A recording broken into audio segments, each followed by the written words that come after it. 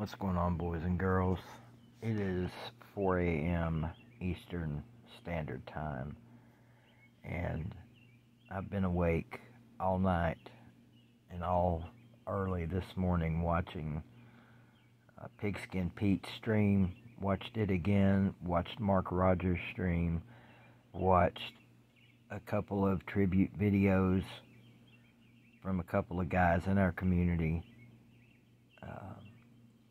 honoring the memory of Chris, aka our buddy Golden Blue Dude, who passed away totally unexpectedly and suddenly with cardiac arrest Monday night, brought on by his Crohn's disease, which is a nasty, horrible, vicious, cruel animal. And I say this only because I've known someone besides Chris that lived and still lives with Crohn's disease, and it's awful. For those of you that don't know, you don't know. It's even when you're having a good day, it's always in the back of your head. When's the next spell coming? When's the next attack coming? And when it hits hard, and it hits fast, and it hits heavy. And to think about these past 2 years that I've known Chris and never really thought about the pain that he was going through every day with this disease, it makes me think now, why is it that we have to wait until someone passes away before we talk about how great they are and what a blessing they are and what a gift they are to this community or any community, whatever community you're in. And I know we can't spend every day giving praise to everyone in our community and everyone that we know and love. I mean, there's just not enough time in the day to do all of that.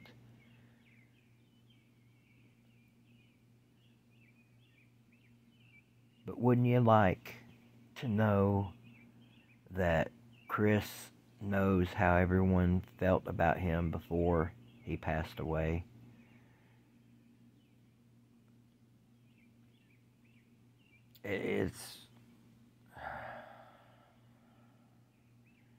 Life is such a fragile thing that we all take for granted at some point or at all points of our lives. I'm guilty of it. You're guilty of it.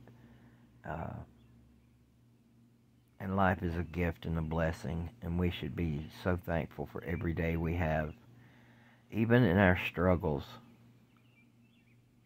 day to day. And let's face it, some of our struggles every day that we fret over and stress over are so petty compared to what others are going through. But they're our struggles. Nobody can understand what's going through our individual minds.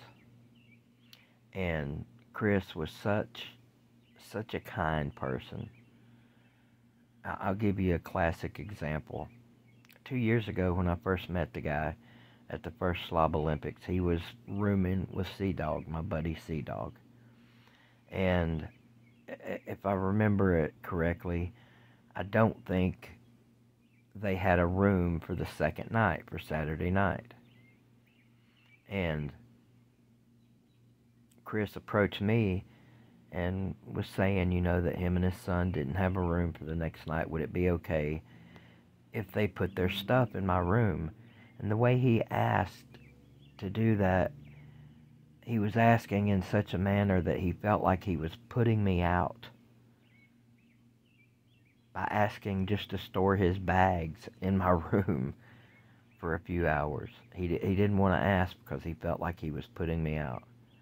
And clearly, I didn't mind, and clearly I told him, of course you can put your stuff in my room.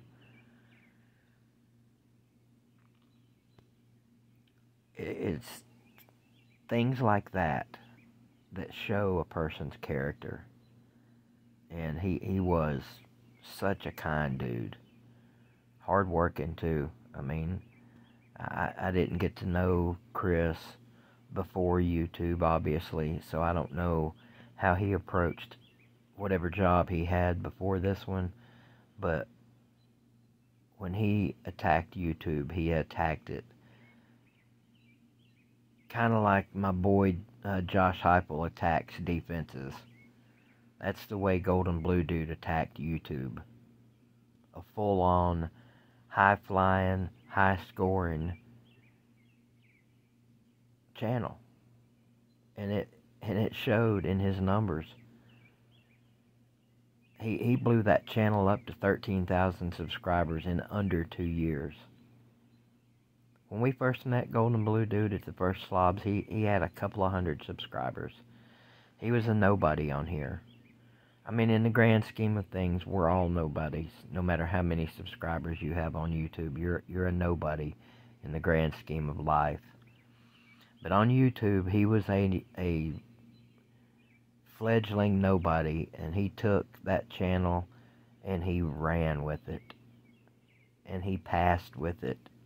And he scored huge with it. And you couldn't be anything but happy for the guy. And when he won the Slob Olympics last year, oh my. It was like he just won the natty. I don't think he would have celebrated any harder or enjoyed it any more than if West Virginia had won the football natty, winning that Slob Olympics. And this year, when he brought the trophy, as we were getting into it Saturday with the competition, he was talking to me for a minute, and he was asking me, so how do you think we should handle the trophy presentation if I don't win again? I think we should make a video of me handing the trophy to the winner. I mean, just little stuff like that, made him Golden Blue Dude. There's only one Golden Blue Dude on this planet. Like him, love him, indifferent to him, you had to respect his game. To take a channel built on and about West Virginia football in the beginning and build it to what he did with his realignment videos and streams and 45 videos a day and 3 live streams a day and just a full-on assault. You can't argue with that. You can't. You have no argument. You have no game. So, Golden Blue Dude, we wish we would have told you, we all wish we would have told you how proud we were of the job you've done and how happy we were for you on here before this.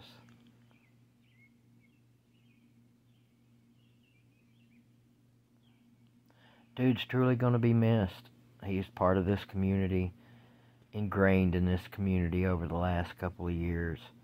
And I, for one, as much as I thought they were silly most of the time, I'm going to miss seeing the notification pop up for another Golden Blue Dude realignment stream or video. You get them every day, 2 or 3 of them every day.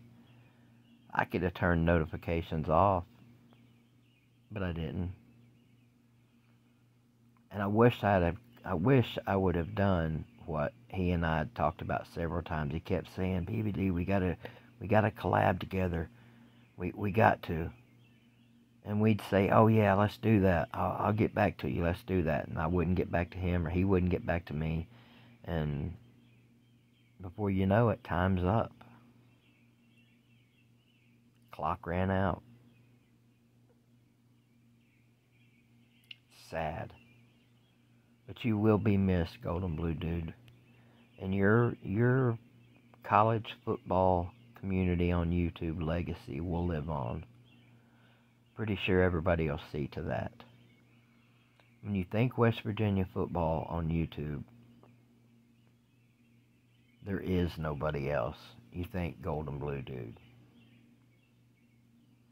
Every time I hear Country Roads now, I'll think of Golden Blue Dude. Every time I see anything about West Virginia, I'll think of Golden Blue Dude. And I've had a history with West Virginia long before I ever knew Golden Blue Dude. In fact, I've probably been to Mountaineer Field before he ever did.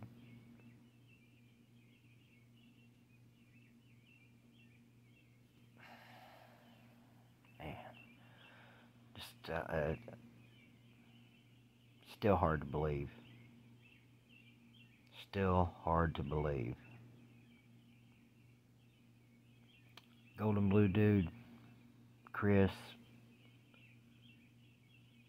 you let Jeff Webster set him up SK, Dwayne RTR,